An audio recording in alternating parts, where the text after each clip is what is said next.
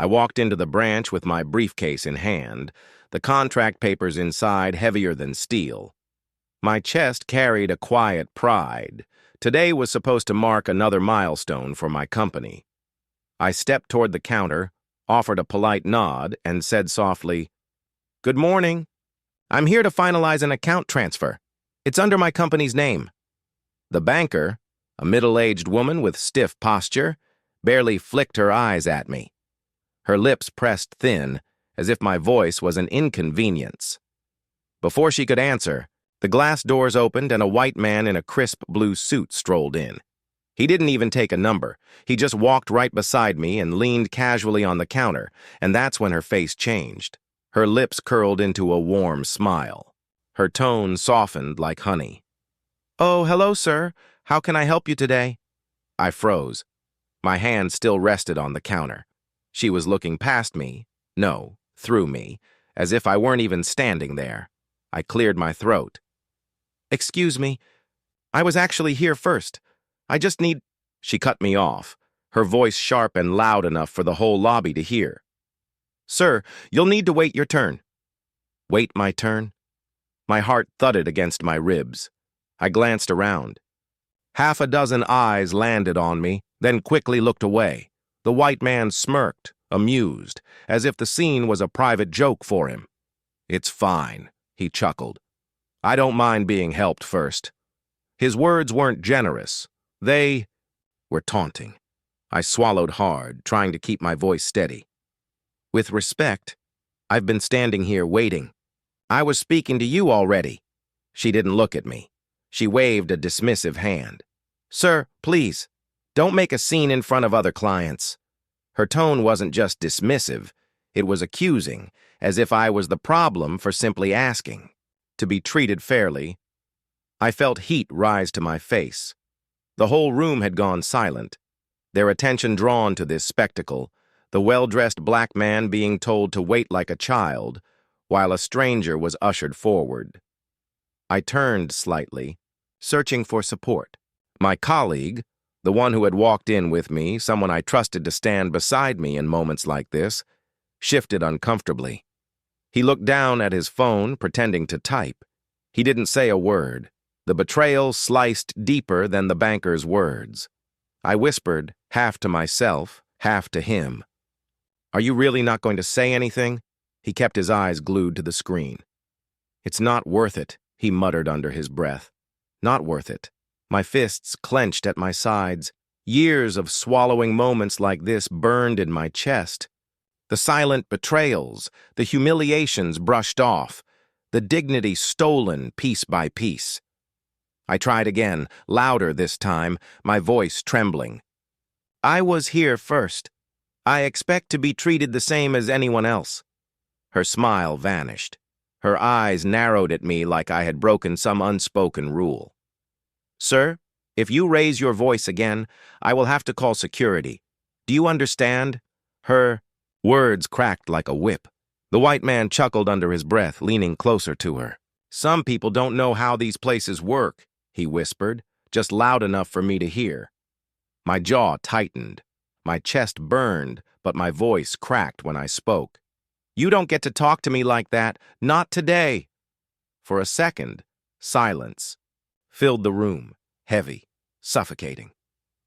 The banker adjusted her blazer, straightened her spine, and said coldly, "Take a seat, sir. Someone will call you eventually." That word, eventually, landed like a slap. I stood frozen, humiliated under the weight of every pair of eyes in the lobby. Some watched with pity, others with discomfort, but none of them said a word. My colleague still refused to look at me. His silence screamed louder than the banker's voice. In that moment, I realized something. This wasn't just about a transaction. This wasn't just about waiting in line. This was about dignity, mine, and how easily it was denied. I turned, my face away so they wouldn't see the tears threatening to sting my eyes. My hands trembled as I gripped my briefcase tighter. Inside my chest, humiliation twisted into something sharper, something hotter. It was no longer just shame. It was the first spark of rage. My throat felt tight, but I forced the words out anyway. You can't just ignore me like that. I was here first. The banker didn't even flinch. She tilted her head slightly as if she was speaking to a child. Sir, please lower your voice. This is a professional environment. Lower my voice. That phrase stung worse than if she had cursed me. My voice wasn't even loud. It was my existence that offended her. I'm asking for fairness, I said, heat rising in my chest. I'm asking for the same treatment you just gave him. The white client chuckled, shaking his head. Brother, you're reading too much into this, he muttered, loud enough for everyone nearby to hear. Brother, the word dripped with mockery, not kinship. I snapped my eyes toward him. You think this is funny? He smirked, lips curling, like a taunt. Man, don't start a scene. We're all just trying to get through the day. His casual tone made my stomach twist. I clenched the strap of my briefcase tighter, trying to steady myself. The banker leaned closer to the counter, her smile brittle. If you continue to disrupt our clients, I'll have to call security. Do you understand? Disrupt. That was the word she chose. As if I wasn't the one being dismissed, ignored, humiliated. I was the disruptor. I turned sharply to my colleague beside me. Are you hearing this? You saw what happened. His eyes flickered nervously. He whispered through tight lips. Just let it go. You'll make things worse. Make things worse. The same words I'd heard 1,000 times before, in boardrooms, on airplanes, in restaurants. Don't push. Don't challenge. Don't embarrass them. Swallow it. My jaw clenched so hard it ached. You think my dignity is worse than their comfort? I shot back at him. He didn't answer. He just looked down at his shoes. That silence cut deeper than any insult. The banker raised her hand slightly, a rehearsed gesture of authority. Sir, this will be my final warning. Take a seat or leave the premises. A hush swept through the lobby. I could feel the crowd's eyes drilling into my back, some curious, some judgmental, some almost ashamed. Whispers fluttered around me, like gnats. Why is he so angry? Just let it go. She could have handled that better. I wanted to scream, to shatter that fragile bubble of silence. Instead, my voice cracked as I tried to hold steady. Why is it always me who has to be smaller? Why is it always my voice that has to lower? For the first time, her confident smile faltered. But she doubled down, her voice louder now, not calm, not polite, but firm and cold. Manager to the lobby, please. The words echoed through the branch like a gavel. The white client grinned, enjoying the spectacle. My colleague sighed, sinking into his chair like he wanted to disappear. The crowd buzzed again, phones half raised, eyes darting between us like they were waiting for me to explode. My heart pounded, my hands shook, but I forced myself to stay still. Inside, the rage boiled. But outside, I planted my feet. I'm not moving, I said quietly, almost to myself. Then louder. Call whoever you want. I'm not going to disappear because it makes you comfortable. Her eyes widened. She wasn't used to that answer. Not from someone like me. The room went still. Nobody dared breathe, and for the first time that morning, I felt the balance shift. Just slightly. Not in my favor yet. But the crack had formed. The clicking of shoes against the tile grew louder, sharper, until an older man in a dark suit appeared. His hair was silver, combed back neatly, his jaw set tight. He walked like he owned the air in the room. The banker straightened instantly, relief washing over her face. Mr. Collins, she said quickly, thank you for coming. We have a situation. His eyes flicked to her, then to the white client, then, reluctantly, to me. When they landed on me, they carried no warmth, no curiosity, only annoyance. What seems to be the issue? He asked, though the question wasn't directed at me. The banker jumped in. This gentleman has been disruptive, refusing to follow instructions. He's upsetting other clients. Disruptive?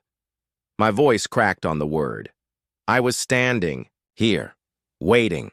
She skipped me, and now I'm the problem? Mr. Collins raised his hand like a judge silencing a child. Sir, lower your voice. The phrase punched through me. Again, always the same demand. Shrink yourself, swallow it, disappear. I'm not shouting, I said, my chest tight. I'm telling you what happened. He didn't even let me finish. His gaze slid back to the banker. Go on. It was as if my words didn't exist. I turned sharply to my colleague. You saw it. Tell him. His face flushed. His voice came out barely above a whisper. I don't think it was as bad as you're making it sound. The betrayal stabbed so deep, it took my breath. As bad as I'm making it sound? I repeated, my throat dry. So it's just my imagination that she smiled at him, welcomed. Him, while treating me like I was invisible? He shifted uncomfortably, eyes glued to the floor. You're exaggerating. The room tilted. My pulse roared in my ears. Of all people, he was supposed to have my back. Instead, he joined them. Behind me, I heard a soft voice. A woman, maybe mid-40s, clutching her purse. I saw everything, she whispered quickly. You're not imagining it. Hope flared, but then the manager's eyes snapped to her. His glare was sharp, warning. She froze, lips pressed shut. Looked away. That silence cut deeper than any slur. I wanted to scream at all of them, to shake them, to force them to look at the truth.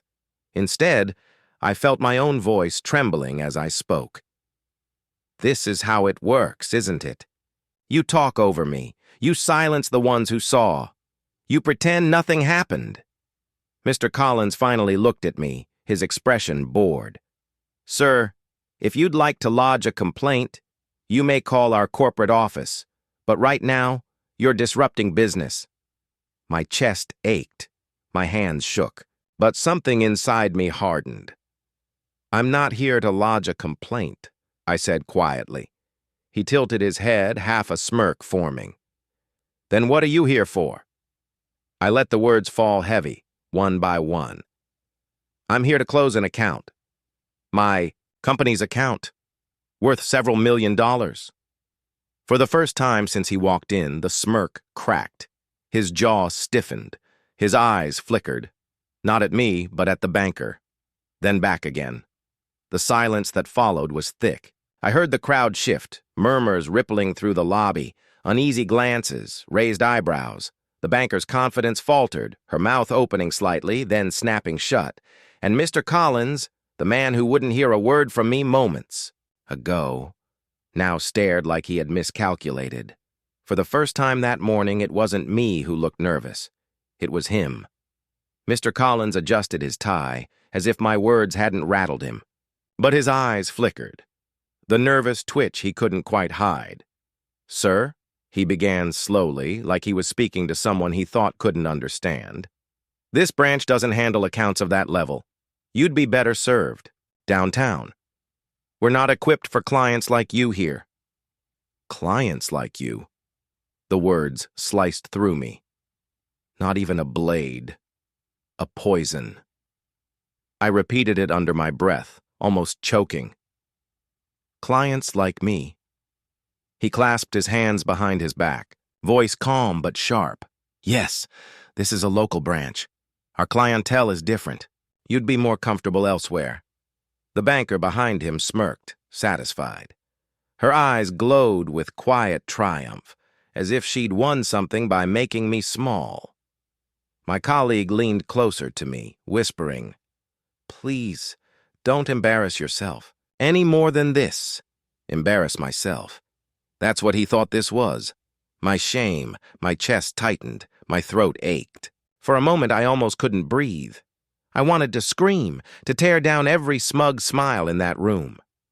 But when I finally spoke, my voice trembled instead. Do you know how many years my company has kept money in your bank? Do you know how Much of this city we've built, block by block, deal by deal, while you barely looked at us." My words poured out, shaky but unstoppable. "I didn't come here by accident. I didn't stumble in here lost. I came here because this branch holds my accounts, because your institution has thrived off my deposits, my contracts, my name, and now you tell me I don't belong?" The manager's jaw stiffened, but his lips curved into something that looked like patience. "Sir, please, let's not turn this into something it isn't. Nobody is questioning your accomplishments." The pause before accomplishments dripped with disdain. I felt my heart pounding harder. "You didn't even hear me speak before you dismissed me.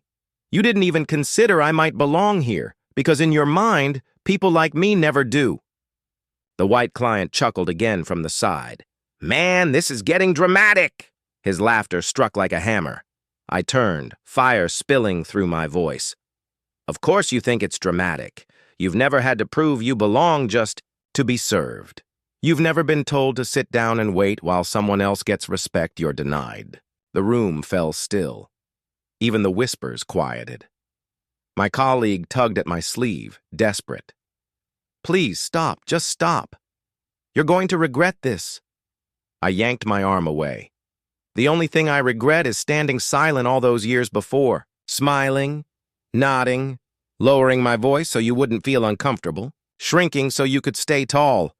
The banker's smirk grew wider, as if my anger proved her point, as if rage disqualified my humanity. I inhaled sharply, chest burning.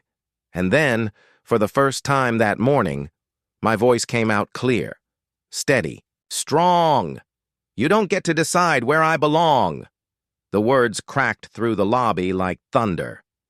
The crowd froze.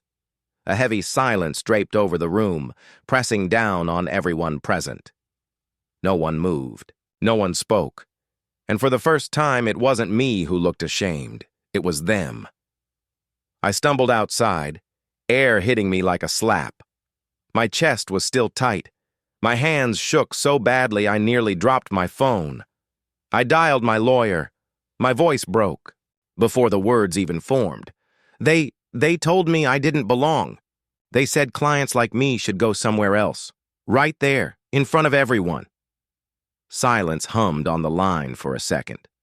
Then his voice came low, steady. "Stay calm. Tell me everything. Slowly." I gripped the phone tighter, forcing breath into my lungs. "They mocked me, smirked. My own colleague begged me to stop, like I was the one embarrassing myself. I don't know why it still cuts this deep, but it does. God, it does." He didn't rush me. Just let me spill until my throat went raw. "Listen," he said finally. "They think they got away with it. They didn't. Trust me." I didn't know what he meant, but I clung to his words like rope in quicksand. Inside, I later learned, the young teller stood frozen at her desk. She'd seen everything, heard every poisoned word, and when the manager leaned toward the banker, laughing, "He'll run back to his little office, cry it out, then crawl back tomorrow." She pressed record on her phone. Their voices dripped with cruelty. "People like him love playing victim. He'll quiet down. They always do." Click. Saved. And by that evening, uploaded. I didn't even know it had happened until my phone wouldn't stop buzzing. Ping, ping, ping. Text after text. Notifications exploding. Friends, strangers, headlines, bank racism scandal. The video, their smirks, their voices, played everywhere. Thousands sharing, thousands raging, reporters swarming. The world had heard what they tried to bury. Paspay. Next morning, I walked back into that branch. This time I wasn't alone.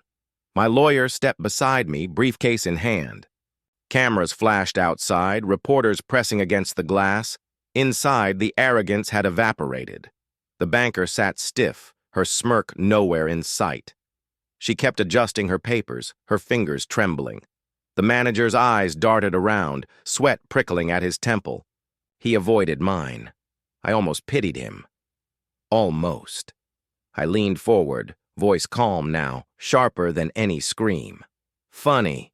Yesterday you said I didn't belong here. Today the whole world seems to disagree. He swallowed hard, lips parting, but no words. Coming out. The silence cut deeper than anything he could have said, and in that silence, for the first time, I felt it. Power shifting. Not because they gave it, because I finally took it. The lobby felt colder this time, not because of the air, but because every pair of eyes turned toward me the moment I stepped in. Reporters, customers, employees pretending to shuffle papers but listening to every sound. My lawyer stayed steady, at my side. He didn't need to raise his voice. His calm was sharper than any shout. "We're here for answers," he said, facing the banker and manager. "Publicly, clearly, right here where it happened." The banker fumbled with a stack of forms. Her hands trembled. This was all a misunderstanding." I cut her off. My voice cracked, but it carried. "No, not to him, not to the cameras. Say it to me, to my face." Her eyes darted toward the manager like she wanted rescue. He wouldn't meet her gaze. The silence was suffocating. She stuttered. "I didn't mean what?" I stepped closer, my pulse pounding in my ears. "Didn't mean to call me out? Didn't mean to tell me I didn't belong? Or didn't mean to get caught?" The crowd froze. Nobody moved. Pens scratched furiously on notepads. Cameras clicked. Her lips parted. But nothing coherent came. Just fragments. Excuses that dissolved before they reached the air. "You looked me in the eye yesterday," I said, my throat tight. "And you made me feel like I was invisible. Like my skin erased my worth. Do you have any idea what that does to a person? Do you even care?" Her eyes shimmered, but not with remorse, with panic. The manager finally spoke, his voice thin, unsteady. "You're twisting this. We were just following protocol." "Protocol?" I almost laughed, bitter and broken. "What chapter in your protocol says humiliate first, explain never? Which line says strip a man of dignity to protect your comfort?" The manager's jaw worked, but nothing came out. His authority collapsed under the weight of his silence. I turned back to the banker. My voice shook, but I didn't hide it. "You thought I'd walk away quietly, cry it out in some corner? But I'm still here, and I want you to look at me and say it again. Tell me I don't belong. Say it in front of them. Say it in front of the world." Her head dropped. She whispered something that barely carried. I can't." That whisper broke something open. Gasps rippled through the lobby. Reporters scribbled faster.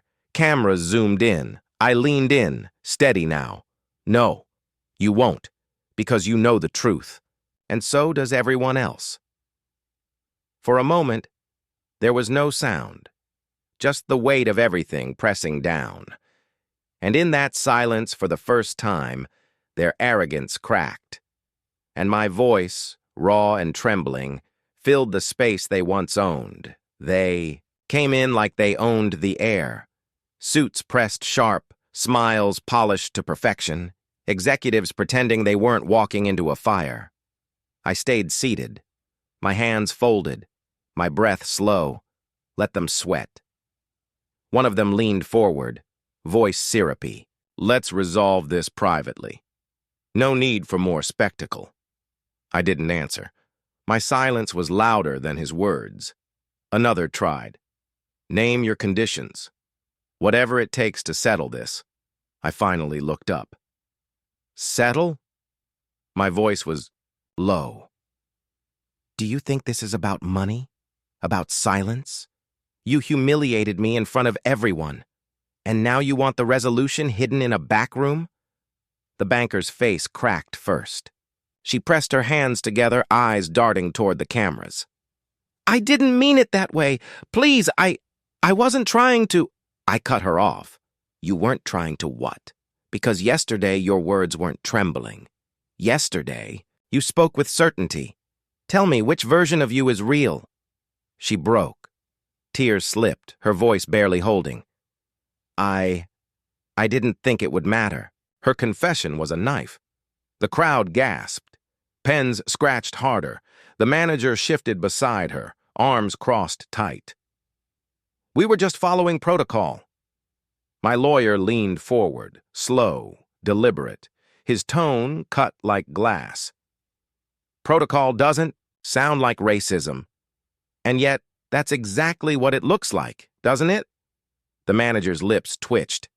He didn't answer. That silence burned hotter than any denial. I spoke again, steady now. You tell me to sit down, to stay quiet, to be less, and when I refuse, suddenly it's a misunderstanding. But you didn't misunderstand me yesterday. You understood perfectly well what you were doing. The executives shifted, their rehearsed calm unraveling thread by thread. You don't get to decide my worth, I said, louder this time. You don't get to erase me and call it protocol. Not anymore. The banker's shoulders collapsed. The manager's jaw hung tight. The executive's smiles were gone. Nobody spoke. The lobby was heavy with silence, thick enough to choke on, and, for once, I didn't have to raise my voice. Their power collapsed on its own. The room felt brittle, like glass about to shatter. Eyes clung to me, waiting. My heart pounded steady, but my voice came calm. I leaned forward, hands flat on the table. As of today, I said, each word sharp, my company is withdrawing every account from this bank. A ripple tore through the crowd. Chairs scraped. Gasps spilled like dominoes. I let it hang, then added, That's $50 million. Gone. Today. The executives froze. Their faces drained to ash. One of them actually staggered back. The banker collapsed into her chair, mouth hanging open. Wait, she whispered, shaking her head. Please, you can't just... I cut her with a look. I can. I just did. The manager leaned forward, desperate now, his voice cracked. Please, sir, we can fix this. We'll retrain the staff. We'll issue a public apology. My chest tightened. For a second, I almost laughed at the panic in his voice. You want to fix this? Fix what? The way you looked at me like dirt? The way you decided my skin canceled out my worth? He swallowed hard. Silence gripped him. I shook my head slowly. No. You never saw me as human. Now you'll feel what that costs. The room was still. Heavy. I pushed my chair back. The scrape echoed like a warning shot. My legs felt weak, but I stood tall. The cameras flashed as I turned toward the exit. Behind me, the banker whimpered, Please! But I didn't. Stop. Not this time. The lobby doors opened, and the noise outside hit me like a wave. Flashes, voices, a storm of questions. I walked through it, chest heavy but free, every step tearing chains off my shoulders. Then, a hand touched my arm. I turned. A young man, maybe 20, eyes bright with something fierce, stood trembling. Thank you, he said.